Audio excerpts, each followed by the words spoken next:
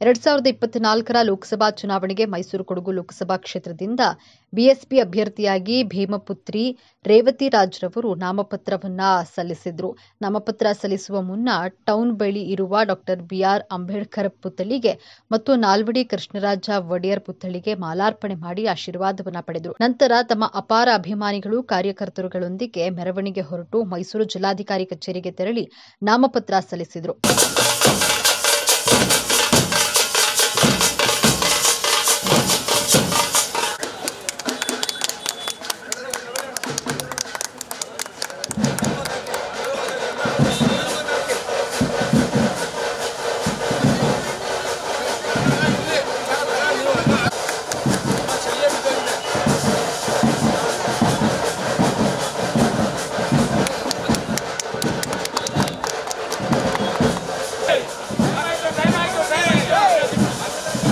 ಎಲ್ಲ ಕಡೆ ಬಹಳ ದೊಡ್ಡ ಮಟ್ಟದಲ್ಲಿ ಸಪೋರ್ಟ್ ಮಾಡ್ತಾ ಇದೆ. ಅದರ ಜೊತೆಗೆ ಇನ್ನಷ್ಟು ಕಮ್ಯುನಿಟಿಗಳು ಎಲ್ಲವೂ ಸೇರಿಕೊಂಡು ಒಂದು ಹೆಣ್ಣು ಮಗಳಿಗೆ BSPಯಿಂದ ಟಿಕೆಟ್ ಕೊಟ್ಟಿದ್ದಾರೆ.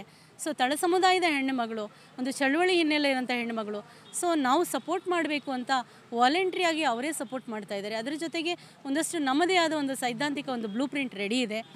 ಆ ನಿಟ್ಟಿನಲ್ಲಿ ಕೊಡಗು ಮತ್ತು ಮೈಸೂರು ಎಲ್ಲ ಭಾಗದಲ್ಲೂ ಸಹ ಒಂದು ಎಷ್ಟು ನಮ್ಮ ಅವಕಾಶಗಳಿದೆ ಅದರ ಒಂದು ಇತಿಮಿತಿನಲ್ಲಿ ಖಂಡಿತ ಎಲ್ಲರಿಗೂ ಸಾಧ್ಯವಾದಷ್ಟು ಪ್ರಚಾರ ಮಾಡಲಿಕ್ಕೆ ಒಂದು ಪ್ರಯತ್ನವನ್ನು ಮಾಡ್ತಾ ಇದ್ದೀವಿ. ಇಲ್ಲ, ನಾವು ಇನ್ನೂ ಪ್ರಚಾರ ಪ್ರಾರಂಭ ಮಾಡಿಲ್ಲ. ಯಾಕಂದರೆ ಪ್ರಚಾರ ಅಂದರೆ ಆಲ್ರೆಡಿ ಎಲ್ಲ ಕಡೆ ಗೊತ್ತಿರೋವಂಥವ್ರು, ಚಳವಳಿ ಹಿನ್ನೆಲೆ ಇರೋದ್ರಿಂದ ಸುಮಾರು 10-15 ವರ್ಷದಿಂದ ಚಳವಳಿನಲ್ಲಿ ಇರೋದ್ರಿಂದ ನಮಗೆ ಮೈಸೂರು ಇರ್ಬೋದು, ಕೊಡಗು ಇರ್ಬೋದು ಚಿರಪರಿಚಿತ, ಜನಕ್ಕೂ ಸಹ ಸ್ವಲ್ಪ ಫೆಮಿಲಿಯರ್ ಇದ್ದೀನಿ, ಗೊತ್ತಿದೆ ಅಲ್ಲಿ ಎಲ್ರಿಗೂ. ಸೊ ಯಾವಾಗಲೂ ಅವ್ರ ಕಷ್ಟ ಸುಖಕ್ಕೆ ಸ್ಪಂದಿಸುವಂಥವಳು ನಾನು.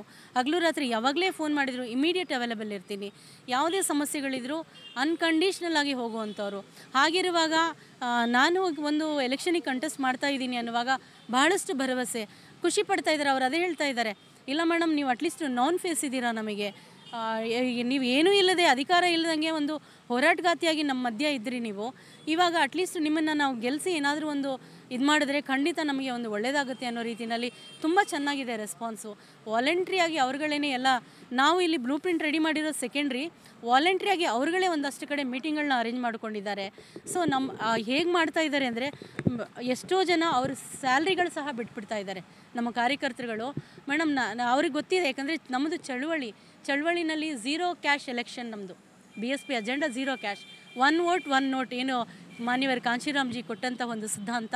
ನಾವೆಲ್ಲೂ ಎಲೆಕ್ಷನ್ಗೆ ಅಮೌಂಟ್ಗಳನ್ನು ಇನ್ವೆಸ್ಟ್ ಮಾಡೋದು, ಅಲ್ಲಿ ಹಣ ಹೆಂಡ ಸುರಿದು ಅವ್ರಿಗೆ ಬೇಕಾದಂಗೆ ನಿಮಗೆ ಒಂದು ಓಟ್ ಕೊಡಿ ಅಂತ ಕೊಂಡ್ಕೊಳ್ಳೋಂಥ ಕೆಲಸ ಇದುವರೆಗೂ BSP ಮಾಡಿಲ್ಲ. ಸೊ ನಾವು ಕೆಲಸ ಕಾರ್ಯಗಳಿಂದ, ನಮ್ಮ ಸಿದ್ಧಾಂತದಿಂದ, ಸಂವಿಧಾನದ ಒಂದು ಹೇಗೆ ಅದನ್ನು ರಕ್ಷಿಸಬೇಕು, ಸಂವಿಧಾನದ ಆಶಯಗಳೇನು, ಬಡವರ ಒಂದು ಯಾವ ರೀತಿ ಅವರು ಸಂವಿಧಾನಬದ್ಧ ಹಕ್ಕುಗಳನ್ನು ಅವರು ಕೇಳಬೇಕು ಅನ್ನೋ ರೀತಿಯಲ್ಲಿ ಎಲ್ಲವನ್ನು ಪ್ರಿಪೇರ್ ಮಾಡೋದು ಅಂದರೆ ಅದು BSP. ಸೊ ಹಾಗಾಗಿ ನಮ್ಮ ಸೈದ್ಧಾಂತಿಕ ಹಿನ್ನೆಲೆಯಲ್ಲಿ ಎಲ್ಲವೂ ಕೆಲಸ ಕಾರ್ಯಗಳು ನಡೀತಾ ಇದೆ. ಬಹಳಷ್ಟು ಭರವಸೆ ಇದೆ ಮುಖ್ಯವಾಗಿ ನಮಗೆ.